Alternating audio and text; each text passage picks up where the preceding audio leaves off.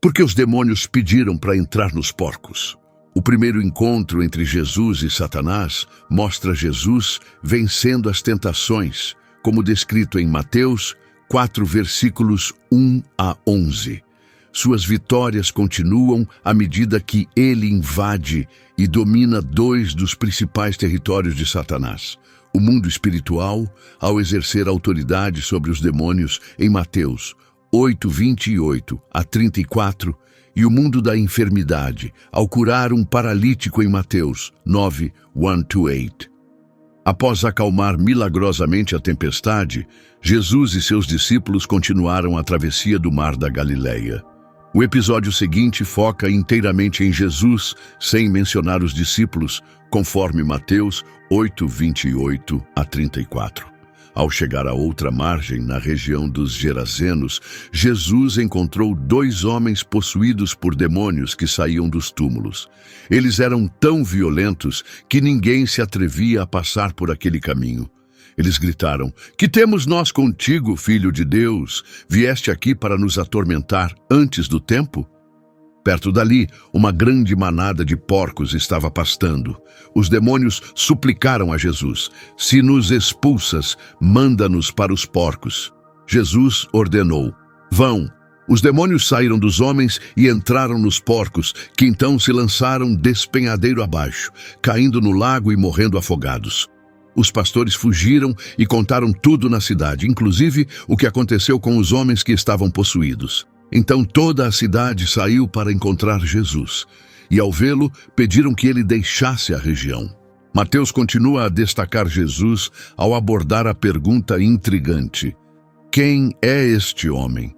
Ao chegarem à outra margem, na região dos Gadarenos, entram na Decápolis, uma área habitada principalmente por gentios, como indica a presença de porcos, considerados impuros pelos judeus. Ali, Jesus encontra dois homens dominados por espíritos malignos que saem dos túmulos, uma cena também narrada em Marcos 5, 1 a 20, e Lucas 8, 26 a 39. No relato de Marcos, ao chegarem ao território dos Gerazenos, um homem possuído por um espírito impuro aproximou-se de Jesus, vindo dos túmulos. Ele vivia entre os sepulcros e ninguém conseguia controlá-lo, nem mesmo com correntes. Sempre que era amarrado, arrebentava as correntes das mãos e quebrava os grilhões dos pés, sendo impossível dominá-lo. Dia e noite vagava pelos túmulos e pelas colinas, gritando e ferindo-se com pedras. Ao ver Jesus de longe, correu até ele e se ajoelhou, clamando em alta voz: "O que queres comigo, Jesus, Filho do Deus Altíssimo? Suplico-te por Deus que não me atormentes." Ele disse isso porque Jesus já havia ordenado que o espírito impuro saísse dele. Jesus então perguntou seu nome e ele respondeu: "Legião", pois eram muitos espíritos que estavam nele. Os demônios suplicaram repetidamente para não serem expulsos daquela região. Perto dali, uma grande manada de porcos estava pastando na encosta. Os demônios pediram permissão para entrar nos porcos e Jesus consentiu. Assim, os espíritos impuros saíram do homem e entraram nos porcos. Imediatamente, os cerca de 2.000 porcos se lançaram pelo precipício, caindo no lago e morrendo afogados. Os pastores fugiram e espalharam a notícia pela cidade e pelos campos, atraindo uma multidão para ver o que havia acontecido. Quando chegaram, encontraram um homem que antes estava possuído, agora vestido, calmo e em perfeito juízo, o que os encheu de temor. As testemunhas do evento compartilharam com os habitantes da cidade a transformação do homem que antes era atormentado por demônios, bem como o destino dos porcos. Em seguida, os moradores começaram a implorar para que Jesus deixasse a região. Quando Jesus se preparava para entrar no barco, o homem que havia sido liberto dos demônios suplicou para acompanhá-lo. No entanto, Jesus lhe deu outra instrução, dizendo: "Volte para a sua família e conte-lhes tudo o que o Senhor fez por você e a misericórdia que lhe mostrou." Assim, o homem partiu e começou a divulgar por toda a Decápolis as maravilhas que Jesus havia realizado em sua vida, deixando todos admirados ao ouvirem seu testemunho. Enquanto isso, grandes multidões vindas da Galileia, da Decápolis, de Jerusalém, da Judeia e das regiões além do Jordão continuavam a seguir Jesus. A área antes era perigosa devido ao comportamento violento dos dois endemoniados, tornando impossível a passagem segura de viajantes. Sua fama de serem temidos era bem conhecida entre os habitantes locais. Os demônios, assim como Satanás, reconheceram imediatamente Jesus como o Filho de Deus, conforme ilustrado em Mateus 4, 3 a 6. Esse reconhecimento, ainda que vindo dos demônios, evidenciava que eles sabiam que Jesus estava começando a desafiar e derrubar os domínios de Satanás no mundo espiritual. Esse título, Filho de Deus, mais tarde seria compreendido e aceito pelos discípulos à medida que aprofundavam seu conhecimento sobre a identidade única de Jesus, revelada pelo próprio Pai como seu Filho amado, como mencionado em Mateus 16:16, Mateus 14:33, Mateus 3:17 e Mateus 17:5. Em Mateus 8:27, os demônios contrastam nitidamente com os discípulos em relação ao reconhecimento de quem Jesus realmente é. Eles sabem sua identidade, mas continuam sendo essencialmente maus. Conhecer Jesus, mas rejeitá-lo com hostilidade, reflete a própria natureza demoníaca. A forma como os demônios se dirigem a Jesus pode variar entre ser agressiva ou submissa, dependendo da situação. Em Marcos 1:24, seu questionamento tem um tom de medo e antagonismo. O título Filho de Deus deve ser entendido em seu sentido mais profundo. Os demônios reconhecem Jesus não apenas por seus milagres, mas por sua natureza divina e sua missão como o Messias. A pergunta feita pelos demônios sugere seu destino inevitável e sua rejeição eterna, como mencionado em Judas 6. Ao questionarem Jesus, admitem que ele é o juiz designado que executará o juízo divino no tempo determinado, destacando o peso do título Filho de Deus. O fato de Jesus restringir suas ações antes desse momento estabelecido sinaliza que sua expulsão dos demônios anuncia a proximidade do reino de Deus. Esses espíritos malignos parecem cientes de que há um tempo determinado para o julgamento deles e das forças de Satanás, pois clamam: "O que queres conosco, Filho de Deus? Vieste aqui para nos atormentar antes do tempo?" Sua consciência desse tempo sugere a chegada do reino e a destruição progressiva dos domínios de Satanás. Apesar do julgamento final ainda estar reservado para o retorno glorioso de Jesus, conforme Mateus 4:17 e Mateus 12:28 a 34, os demônios suplicam que ele atenda ao seu pedido, e Jesus consente.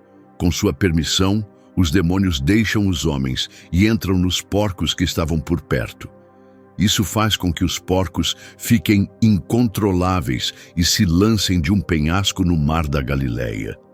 Ironicamente, na tentativa de escapar da condenação eterna, os demônios acabam levando seus novos hospedeiros à destruição imediata. Ao permitir isso, Jesus cumpre um propósito estratégico, pois demonstra visualmente seu domínio sobre as forças do mal, alinhando-se à sua missão de proclamar e estabelecer o reino de Deus. Primeiramente, esse ato libertou os homens da possessão demoníaca. Em segundo lugar, os porcos eram considerados impuros pela lei judaica, tornando-os um símbolo apropriado e um refúgio adequado para os demônios. Em terceiro lugar, aceitar o pedido dos demônios não alterava seu destino inevitável no julgamento final. Assim, Jesus atendeu à súplica deles, permitindo que servissem ao seu propósito. É fundamental destacar que, ao conceder esse pedido, Jesus não cometeu nenhum pecado. Por outro lado, o confronto de Jesus com Satanás no deserto foi completamente diferente. Se Jesus tivesse cedido às tentações de Satanás, teria desobedecido a Deus. Por isso, ele respondeu com as Escrituras e resistiu às tentações. Essa distinção é essencial. O pedido dos demônios em Mateus 8 não levou Jesus ao pecado, enquanto as tentações de Satanás tinham o objetivo de fazê-lo pecar. Os demônios pediram para serem enviados a uma manada de porcos que estava por perto, o que os judeus consideravam apropriado, pois viam os porcos como impuros. Anteriormente, Jesus advertiu seus discípulos a não darem o que é sagrado aos impuros, conforme Mateus 7,6. Pedro descreve os falsos profetas como aqueles que retornam ao pecado, como mencionado em 2 Pedro 2:22. No entanto, os porcos na margem oriental do Mar da Galileia não eram selvagens. Eles eram criados para o comércio em uma região predominantemente gentia. Os donos da manada sofreram uma grande perda com a destruição de aproximadamente 2.000 porcos, um número mencionado por Marcos em Marcos 5:13. Além disso, o pedido dos demônios para entrar nos porcos tinha um propósito mais sinistro. Os espíritos malignos buscam causar sofrimento e perturbação na criação de Deus, intensificando a oposição a Jesus à medida que ele avançava sobre o domínio de Satanás, como ilustrado em Mateus 17:14-20. A morte dos porcos levou os gentios da região a exigir que Jesus saísse, conforme Mateus 8:34. Essa reação revela uma inversão trágica de prioridades, pois, em vez de celebrarem a libertação do poder demoníaco, demonstraram maior preocupação com suas perdas materiais. Como alguns comentaristas apontam, ao longo da história, a humanidade muitas vezes rejeitou Jesus, preferindo bens terrenos à salvação espiritual. Jesus não destruiu os demônios naquele momento. Em vez disso, permitiu que o mal continuasse temporariamente, aguardando a restauração final de todas as coisas. Mateus não detalha o que aconteceu depois, mas Marcos e Lucas relatam que o homem liberto dos demônios pediu para seguir Jesus. No entanto, Jesus o instruiu a voltar para casa e contar à sua família tudo o que Deus havia feito por ele, conforme Lucas 8:38-39 e Marcos 5:18-19. Ao ver a transformação dos discípulos que seguiam Jesus, esse homem também desejou acompanhá-lo. No entanto, Jesus lhe deu a missão de testemunhar em sua própria comunidade, enquanto os 12 discípulos seriam enviados a diversas regiões para atrair pessoas a Deus. Esse homem, agora um discípulo, deveria focar em seu próprio povo. Além disso, a destruição dos porcos expôs a decadência moral da região, onde os habitantes valorizavam mais seus bens materiais do que o bem-estar humano e preferiam seus rebanhos ao Redentor, como enfatiza Mateus 8:34. Esse versículo ressalta a falha da natureza humana. Depois que Jesus expulsou os demônios de 2 homens e permitiu que os espíritos entrassem nos porcos, levando-os a se jogarem no mar, os pastores divulgaram o ocorrido na cidade. No entanto, a reação da comunidade foi de indignação contra Jesus. A principal preocupação deles era a perda econômica e o impacto financeiro, priorizando a estabilidade material em detrimento da saúde espiritual. Quando Jesus se aproximou da cidade, os moradores pediram que ele fosse embora. Esse episódio ilustra um erro comum da humanidade. Nos acostumamos com o pecado e resistimos a qualquer intervenção divina que possa perturbar nosso conforto terreno ou ganhos financeiros. Apegar-se ao pecado é extremamente prejudicial, mas continua sendo um desafio familiar para muitos. A conclusão deste episódio é especialmente reveladora, pois destaca que o ministério de Jesus não se limitava ao povo judeu, mas já antecipava seu alcance aos gentios. também demonstra que a resistência aos ensinamentos de Jesus ultrapassava barreiras culturais e raciais, evidenciando que a oposição não era baseada na etnia, mas sim na maneira como cada indivíduo respondia à sua mensagem.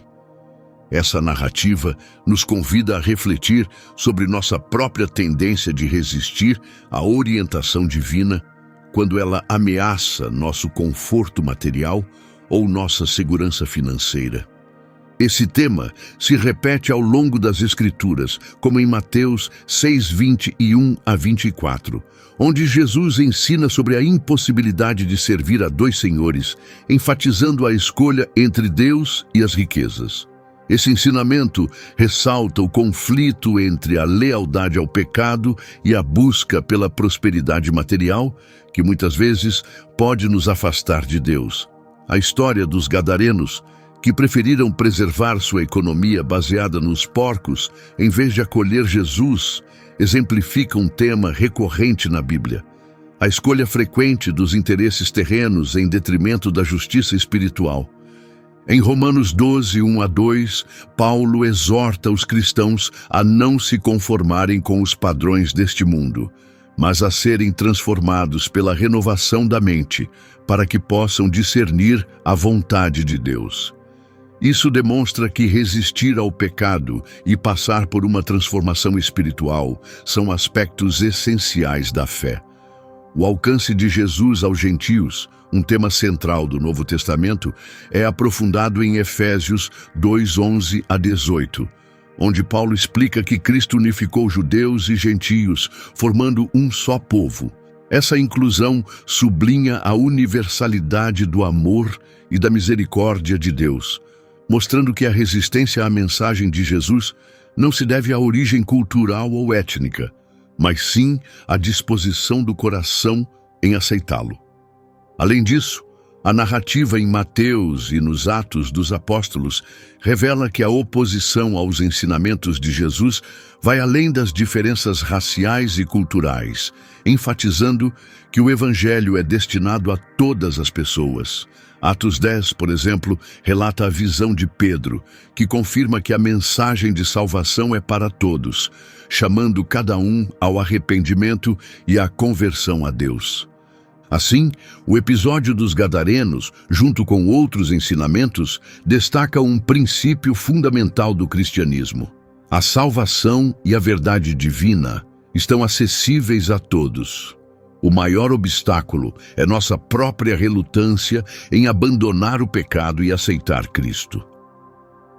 Essa revelação convida cada crente a refletir sobre sua vida, suas prioridades e suas lealdades, alinhando-as aos ensinamentos e ao exemplo de Jesus.